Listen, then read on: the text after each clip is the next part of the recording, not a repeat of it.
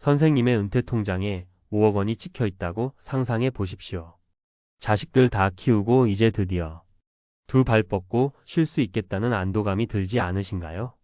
하지만 만약 그 든든했던 5억 원에서 올해에만 2,500만 원이 마치 연기처럼 사라져 버렸다면 믿으시겠습니까? 잠시 후 30년간 대기업에서 성실하게 일한 한 은퇴자가 어떻게 평생의 자부심을 10년 만에 뼈아픈 후회로 바꿔야만 했는지 그 생생한 이야기를 들려드릴 겁니다. 그가 철석같이 믿었던 단 하나의 선택이 어떻게 그의 노후를 조용히 잠식해 들어갔을까요? 이것은 사기나 금융사고 이야기가 아닙니다. 최근 한국은행과 금융감독원의 발표는 충격적입니다. 우리나라 국민의 물가 상승이 실질 구매력에 미치는 영향에 대한 이해도 점수가 2년 만에 78.3점에서 56.6점으로 곤두박질 쳤습니다. 우리는 지금 내 돈의 가치를 갉아먹는 인플레이션이라는 도둑의 존재를 잊고 살아가고 있습니다. 소득이 있는 젊은 세대에게 물가 상승은 월급 인상으로 버텨볼 여지라도 있지만 소득이 멈춘 60대 이상에게는 속수무책으로 당할 수밖에 없는 재앙과도 같습니다. 경제지 보도에 따르면 특히 병원비, 간병비, 요양비용처럼 나이가 들수록 지출이 커지는 항목들은 공식 물가보다 훨씬 가파르게 치솟고 있습니다. 지금의 안도감이 10년 뒤 후회로 바뀌지 않으려면 우리는 이 불편한 진실을 정면으로 마주해야 합니다. 30년간 대기업에서 성실하게 일하고 정년 퇴직한 김영수 부장님. 퇴직 파티에서 동료들의 박수를 받으며 그는 가슴 벅찬 자부심을 느꼈습니다. 퇴직금과 저축을 합친 5억 원은 평생의 땀과 눈물이 담긴 결과물이었고 매달 150만 원씩 꼬박꼬박 들어오는 국민연금은 든든한 버팀목이었습니다. 아내와 함께 우리 정말 고생 많았소. 이제 여행도 다니고 편히 살아봅시다. 라며 서로를 다독였습니다. 김 부장님은 과거 IMF와 금융위기 때 주식 투자로 퇴직금을 날린 동료들을 똑똑히 기억했습니다. 원금을 잃는 것만큼 어리석은 짓은 없다. 이것이 그의 철칙이었습니다. 그는 5억 원 대부분을 가장 안전하다고 믿는 연 3%짜리 은행 정기예금에 넣어두고는 스스로의 현명함에 만족했습니다. 남들처럼 위험한 투기 안 하고 이렇게 원금 지키면서 이자 받으며 사는 게 최고지.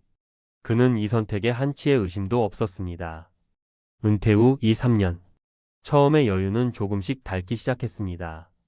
아내와 함께 가던 동네 마트에서 일주일에 7만 원이면 충분했던 장바구니는 어느새 10만 원을 훌쩍 넘겼습니다.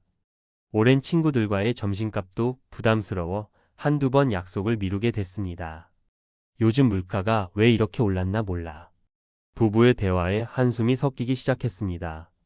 예금 이자는 분명 들어오고 있었지만 돈의 씀씀이가 커지니 통장 잔고는 오히려 조금씩 줄어드는 기분이었습니다. 마음 한구석에 정체 모를 불안감이 싹트기 시작했습니다. 그런데 은퇴 직후 3년간 예상치 못하게 물가가 연 5%씩 급등했습니다.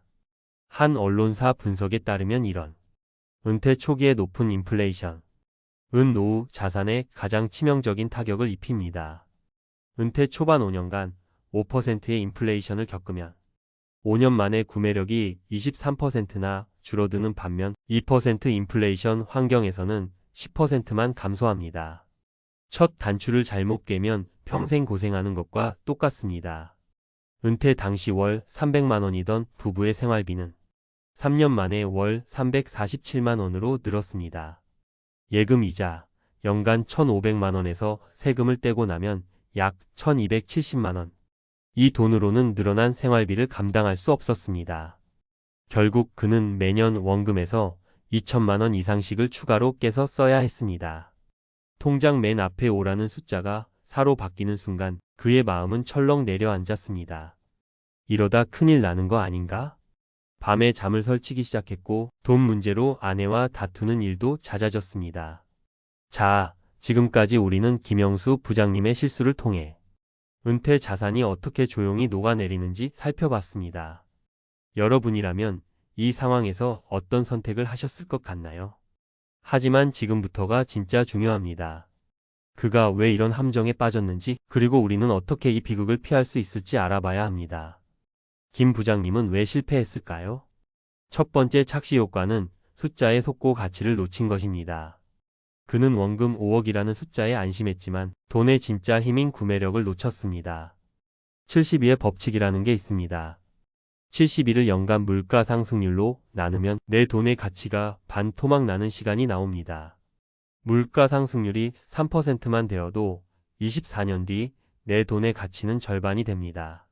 두 번째 착시 효과는 공식 물가와 나의 물가는 다르다는 점입니다.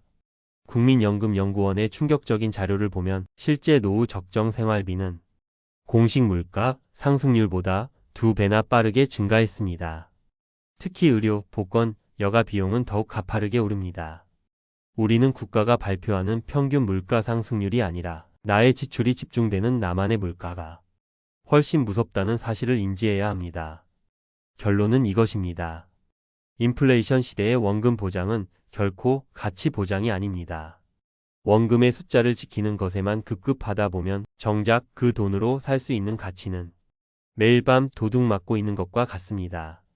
그렇다면 김 부장님의 후회를 반복하지 않으려면 우리는 무엇을 해야 할까요? 첫째, 나의 진짜 생활비와 정면으로 마주해야 합니다. 막연함이 불안을 키웁니다. 미래에셋 투자와 연금센터 분석처럼 서울 부부 월 330만 원 같은 구체적인 숫자를 기준으로 나의 식비, 경조사비, 병원비, 여가비 등을 냉정하게 적어 보십시오. 오늘 당장 내 노후에 필요한 나만의 숫자를 계산하는 것이 모든 준비의 시작입니다. 둘째, 잠자는 연금을 깨워 연금 맞벌이로 키워야 합니다. 국민연금, 퇴직연금, 개인연금 증서를 모두 꺼내 보십시오. 부부가 언제부터 어떻게 받을지 전략을 짜야 합니다. 특히 국민연금의 연기연금 제도를 활용하면 수령을 1년 미룰 때마다 7.2%씩 연금액이 늘어납니다. 부부의 총 연금액이 최소 생활비를 넘어서는 순간 원금을 깨는 고통에서 벗어날 수 있습니다.